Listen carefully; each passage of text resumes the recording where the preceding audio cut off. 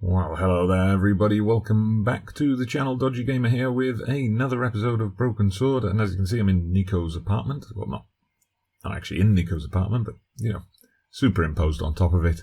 And George has just been in and out of the Hotel Ubu. Now we're going to discuss the clues so far and see where the next twist in the plot takes us.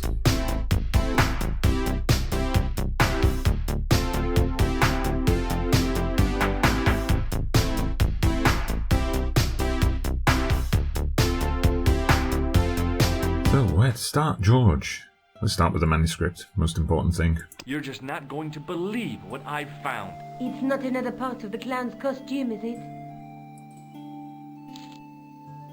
It's a medieval manuscript. Khan left it in the safe at the Ubu. It's incredible. Is this what he took from Plantark? It could be, which means it's worth enough to kill for. Look there, two guys on the same horse.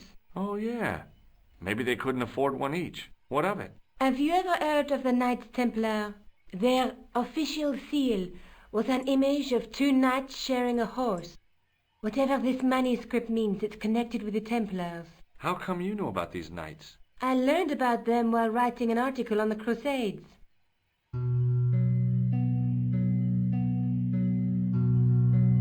This guy, named Hughes de Payen, arrived one day at the court of King of Jerusalem. He offered to protect the Christian pilgrims from the displaced Muslim armies.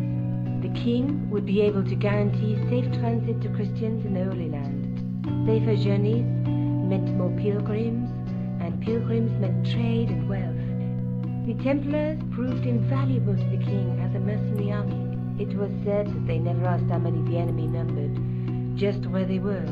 And as the years went by, the Templars grew in wealth and numbers. They were so rich, even kings came to them for loans. But at the height of their power, they fell foul of the King of France. He rounded them up and turned them over to the Inquisition. Thousands of Templars were subject to torture and confessed to heresy. Of course, at the hands of the Inquisition, there wasn't much they wouldn't confess to. The last Grand Master Jacques de Molay was burned alive. Jeez, so the treasure is hidden, waiting to be discovered? If there ever was a treasure, it's been lost for 600 years. Anyway, we're supposed to be investigating a serial killer, not a medieval treasure trove. Thanks for But the reminder, maybe that's Nico. what the clown and his accomplices are after. Maybe this manuscript is the key. You'd better leave it here for safekeeping. Well, okay, if you insist, Nico. Let's stay on the Let's manuscript. take another look at the manuscript. Look there, two guys on the same horse. Okay, we've already done that joke. There's a woman looking at her reflection in a mirror, but the reflection has three hideous faces. She reminds me of the Wicked Queen in Snow White. She was the one who said mirror, mirror on the wall, wasn't she? She made me cry so much when I was a kid. Mom carried me out of the movie theater. She didn't frighten me in the least. Like I said, I was only a kid. I didn't like the crocodile in Peter Pan either. Is that an important clue then? There's a guy working on a loom.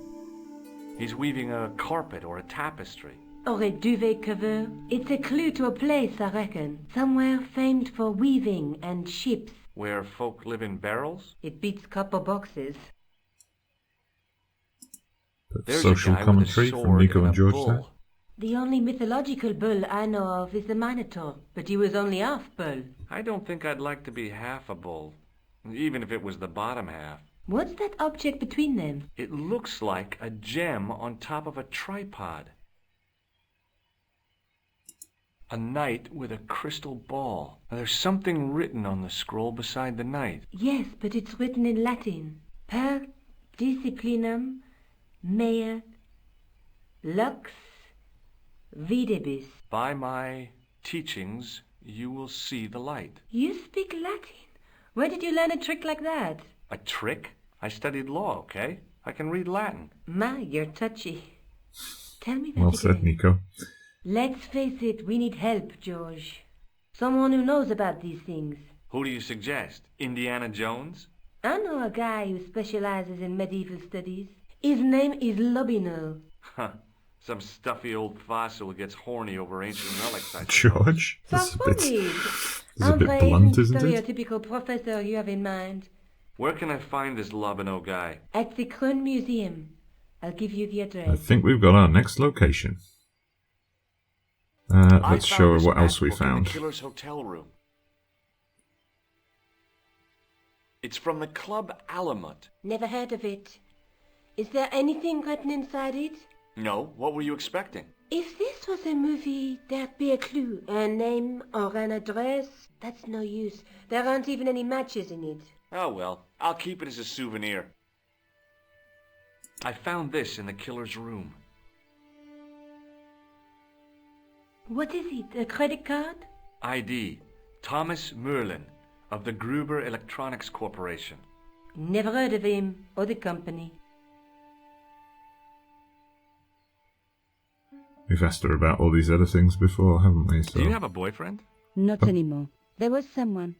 A guy another in my blunt, family direct here, but it question didn't from work. Georgie. Neither did my degree. I'm sorry. I'm not. Tell me more about your family.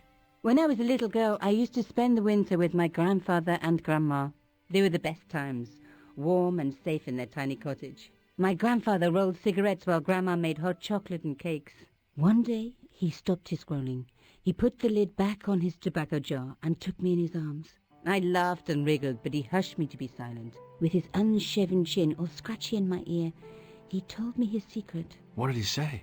He said, I don't smoke, but she likes to think I do. What a weird old man. Don't call my grandfather weird. He was the nicest guy ever. George, watch I what wish you're I was saying. back in that cottage instead of this crummy apartment in this noisy city. What are you doing to help trace the killer Oh, clown? that was a bit Research, accusatory, George. George. Yeah? You have a copy of the clown's yearbook? I have a telephone and lots of contacts. Oh, well, did you find anything useful? Not yet. I'm employing my first and most useful weapon. What's that? Patience. Oh, I've heard of that. Isn't it a substitute for decisive thinking? Well, George, what happened to you? It just suddenly flipped. It's bipolar or something. I have to go. Okay. Don't forget to look for Lobino at the Kron Museum. We're going to have to leave it with George's sudden change in mood. And a quick chat to the knitting hi. flower lady. Hello, my... See if she knows anything Does about this this matchbook mean anything matchbook. to you? No, but I can tell you one thing. There's no such place as the Club Alamut in Paris. Maybe this adventure is going to take us further Can you tell afield. me anything about this security pass? I can tell it doesn't belong to you. How come? Give me some credit. If you're an electrician, I'll eat my antirhythms. You're a remarkably talented lady. Okay, I think we've shown her everything Would you like to shake my hand? already. No, I wouldn't. I can see the future, remember. See you later. That's right, monsieur, you will. She always says that. Okay, so we were going to... Okay, so those locations are obviously off the map now. Yes. The Musée Krün. Interesting looking museum. Okay, in we go. Okay, we just saw that on the manuscript.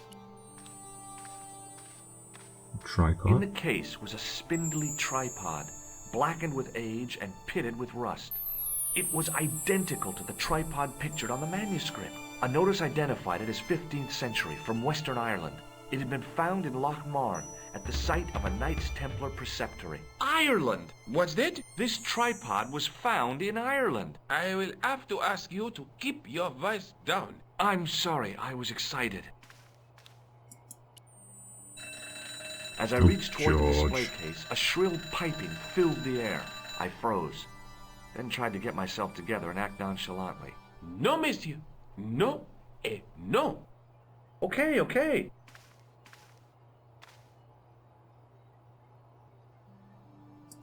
The attendant had an air of self-importance and the kind of steely eyes that never seemed to blink.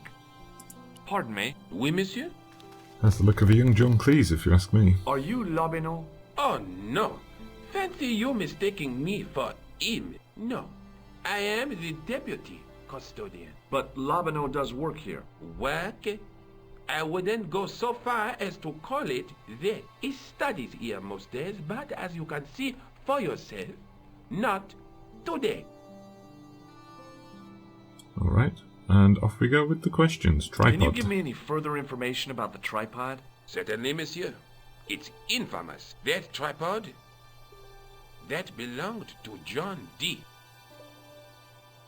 What's the importance of John Dee's tripod? Dee was the most famous escapologist of the 16th century.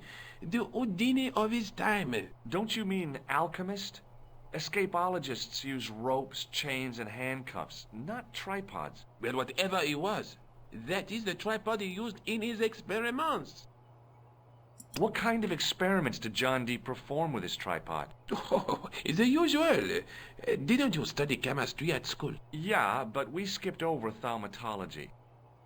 Can I take a closer look at the tripod? What? Get it out of the case? Ah, no! That tripod is protected by a sophisticated surveillance system. How sophisticated? A painfully loud alarm bell. How is the alarm bell triggered? By the slightest pressure on or movement of any part of the case wherein that tripod is situated. It strikes me that to call your alarm system sophisticated is, well, stretching the truth a little. It has never failed yet. The sophistication is in its simplicity. Alright, Would you let's like try to and shake shake his my hand. hand? Not while I'm on duty, monsieur. Do you recognize the man in this photograph? No, monsieur. Is there any reason why I should? I guess not. I thought you were going to say, he's a killer. What do you make of this tissue? It is absolutely disgusting, monsieur. It is.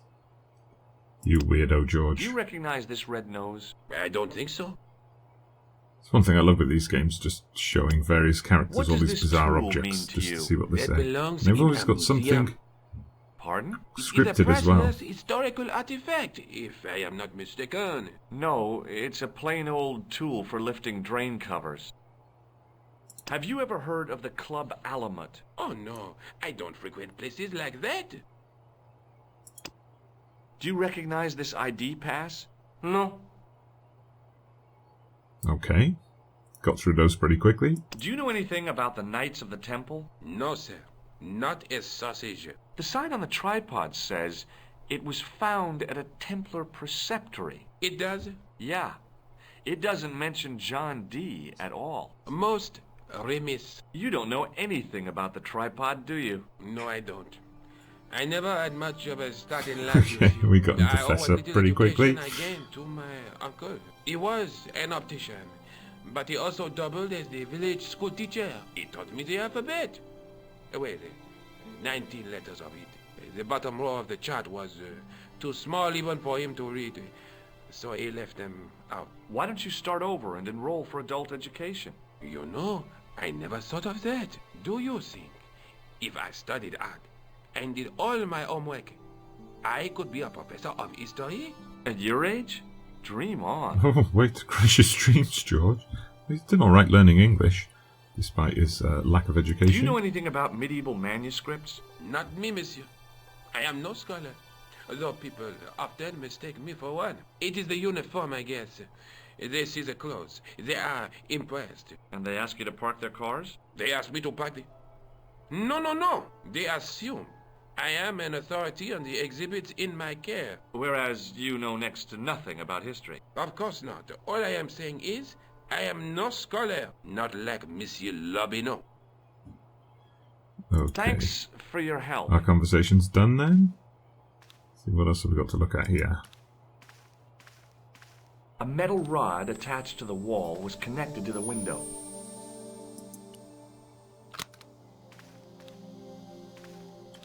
Okay. So we can open a window. Fantastic. The totem pole looked distinctly out of place in the setting of the museum. Okay, so I guess that's a way to distract the guard, the window. George just vandalizing the artifacts. It was an ancient Egyptian sarcophagus with a beautifully painted effigy of its owner on the lid.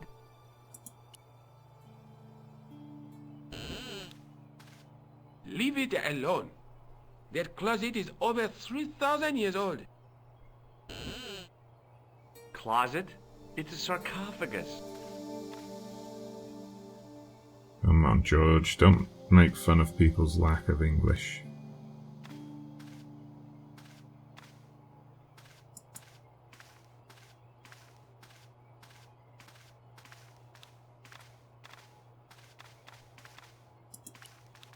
Attention! Please do not open the window, monsieur. Don't you think it's kind of stuffy in here?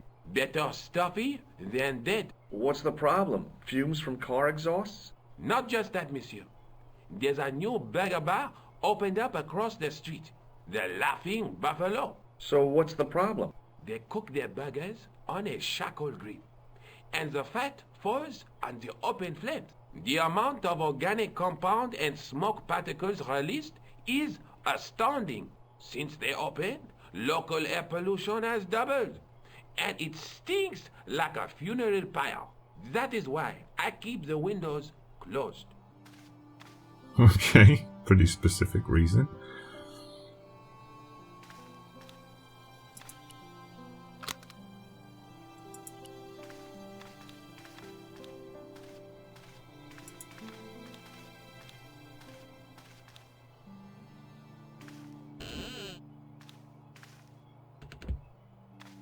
Okay, so we can hide inside that while he's distracted by the window. This is ridiculous. I could be here for hours. But to no avail. Okay, so I've been looking around here for a while now. Perhaps it's time to see if there's anywhere else we can head. Okay, turns out we needed to go back to Nico's apartment. I've been to the Croon Museum. Did you speak to Lobineau? No, he wasn't there.